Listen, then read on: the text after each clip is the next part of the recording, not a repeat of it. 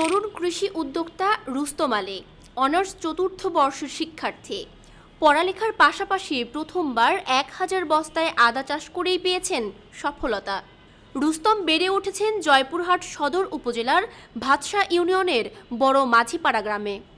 জাকস foundation থেকে প্রশিক্ষণ নিয়ে 24% জমিতে পেঁপে গাছের পাশাপাশি বস্তায় আদা চাষ করেন। এখন স্বপ্ন দেখছেন অধিক লাভের। আসসালামু আলাইকুম, আমি রুস্তম আলী। আমি জাকস ফাউন্ডেশনের উদ্যোগে বস্তায় আদা চাষ করেছি। এবার প্রথম আমি জাকস ফাউন্ডেশনের উদ্যোগে নুর আলম ভাই, শাহিন ভাই এছাড়াও অন্যান্য কর্মকর্তাবৃন্দদের পরামর্শে বস্তায় 1000 বস্তায় আদা চাষ করেছি এবং সাথী ফসল হিসাবে পেঁপে রয়েছে। আমার টার্গেট রয়েছে 130টা পেঁপে গাছে আমার পেঁপে সেট হয়েছে অলরেডি।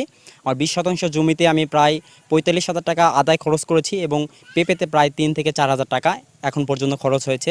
আমার পেঁপে 130 টাকা যেহেতু সেট হয়েছে, আমি টার্গেট করেছি প্রতিটা গাছে যদি আমি পাকা পেঁপে সেল করি মিনিমাম 1000 টাকা করে আমি পার গাছে থেকে পাবো। তাহলে এখানে আমার 1,30,000 টাকা প্লাস আমার থাকতেছে পেঁপেতে এবং এটা হচ্ছে পুরোটাই এক্সট্রা ফসলে আমি টাকা পাচ্ছি। এবং যা আমার বস্তায় আদা, এখানে আমি আদা প্রতিটা বস্তায় যদি আধা কেজি করে আমি পাই তাহলে আমার বস্তায় প্রায় 1 লক্ষ টাকার উপরে আমার সেল হচ্ছে বস্তায় আদা। আমার পুরো খরচ আমি বস্তার উপর আদার যে খরচ একই খরচে আমি পেঁপেটা প্লাস পয়েন্ট পাচ্ছি 1,30,000 টাকা। তো আমি চাই যে বস্তায় আদা চাষ করে আমার মতো সকলে এভাবে কৃষিকে আরও এগিয়ে নিয়ে যাক, কৃষি সমৃদ্ধ দেশ গড়ুক। এবং বস্তায় আদা চাষ এটা হচ্ছে আপনার একটা সাথী ফসল, যা খুবই স্বল্প সময়ে আপনার 9 মাসের মধ্যে আপনার প্রতিটা বস্তায় আধা কেজির উপর, আধা কেজি থেকে প্রায় 900-950 গ্রাম প্লাস হারভেস্ট সম্ভব বস্তায় আদা। এবং বস্তায় আদা চাষ করলে আপনি বস্তায় নিড়ানি দেওয়ার খরচ কম, বস্তায় অন্যান্য যে সকল খরচ রোগব্যাধি সকল কিছু কম। এছাড়াও আমরা চাই যেভাবে আমাদের কৃষিকে স্মার্ট করে এগিয়ে নিয়ে যাওয়া হোক। বস্তায় আদা চাষের জন্য আলাদা করে জমির দরকার নেই। বাড়িতে এবং পতিত জায়গায় এ পদ্ধতিতে চাষ করা সম্ভব। আবার অতিবৃষ্টি বা বন্যায় ফসল ডুবে নষ্ট হওয়ার ভয়ও নেই। একটি ফলন তোলার পর সেখানে আলাদা করে কোনো সার ছাড়াই আরেকটি ফসল ফলানো যাবে। অন্যান্য ফসলের তুলনায় বস্তায় আদা চাষের খরচ কম হওয়ায় এবং রুস্তম আলীর সফলতা দেখে আগ্রহ প্রকাশ করছেন স্থানীয় কৃষকরা। বস্তার ভিতরে যে আদা চাষ হয় এটা আমি জীবনেও দেখিনি, বা হয়তো এতদিন লাভবান তাও জানি না, কিন্তু এখন দেখতেছি খুব লাভবান আছে এবং তার ভিতরে পেঁপে চাষ হয়। অন্য অন্য হয়তো ফসল আরও করা যায়, কিন্তু এর ভিতরে 2টা ফসলে লাভবান হচ্ছে। এটা রুস্তম ভাই নিয়ে আসছে। আগামীতে দেখি আমিও চেষ্টা করবো, আমাদেরও লাগানোর ইচ্ছা। এই এলাকার প্রথম রুস্তম এবার নিয়ে আসছে পেঁপের ভিতরে সাথী ফসল হিসেবে আদা। 1000 বস্তা আদা এই পেঁপের বাগানের মধ্যে আবাদ করেছে। এটা খুব লাভজনক। দেখে এলাকার লোকজন সবাই উদ্বুদ্ধ এটা আবাদ করার জন্য। পেঁপের খুব সুন্দর গুটি আসছে। এই এলাকার প্রথম আবাদ এই রুস্তমই নিয়ে আসছে। এই 20 শতক জমিতে এবার পেঁপের বাগান এবং এর সঙ্গে সাথী ফসল হিসাবে এই বস্তায় আদা চাষ এই এলাকায় প্রথম এই রুস্তমই এটা নিয়ে আসছে। বস্তায় আদা চাষ করে আমরা যেটা বুঝতে পারতেছি যে বস্তায় আদা চাষ করলে জায়গা স্বল্প নিম্ন লাগতেছে এবং পাশাপাশি অনেক ধরনের ফসল করা যাচ্ছে। কেবল জীবনের প্রথমে আজকে আমি দেখলাম তে এই বস্তাতে আবাদ করছে জাকস এরিয়াকে ওস্তম নিয়ে আইছে ওস্তম এরিয়াকে আমরা দেখছি ভালো লাভবান হবে। আমাদেরও নাগানার খুব ইচ্ছে হচ্ছে। তা আমরা পাশাপাশি জমিতে ওই বস্তাতে ওই আদা নাগাছে, সাইডে পেঁপে নাগাছে, এগুলা দেখে আমাদেরও খুব ভালো লাগছে।